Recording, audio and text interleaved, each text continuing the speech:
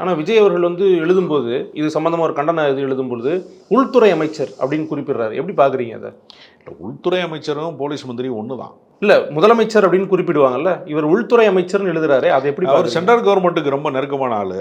அதனால் அவங்க தான் ஹோம் மினிஸ்டர் என்று சொல்வது, உள்துறை அமைச்சர் என்று சொல்வது ஒன்றிய அரசாங்கங்களுக்கு மத்திய அரசு சார்ந்த வார்த்தையாக அதை பயன்படுத்துவார். போராட்டம் வர நடத்த போகிறாங்க. அதனால் எதுக்கு போராட்டம் நடத்துகிறாரு? போராட்டத்தில் வந்து தீர்வு வரவில்லை என்றால் தானே போராட்டம்.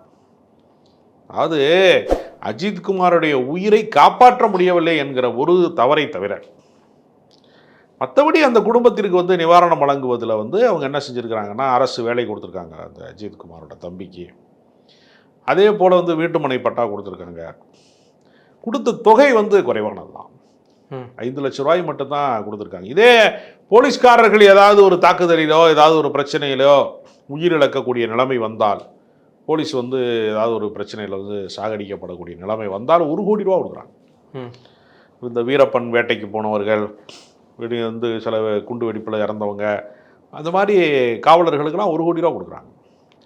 அப்போ காவல்துறையில் இருப்பவர்களுடைய உயிருக்கு ஒரு மதிப்பும், சாதாரண தற்காலிக பணியாளராக செக்யூரிட்டி வேலை பார்க்குறவங்களுக்கு உயிருக்கு ஒரு மதிப்பும், அப்படி ஒரு வேறுபாடு காட்டப்படுகிறதான்னு ஒரு கேள்வி இருக்குது.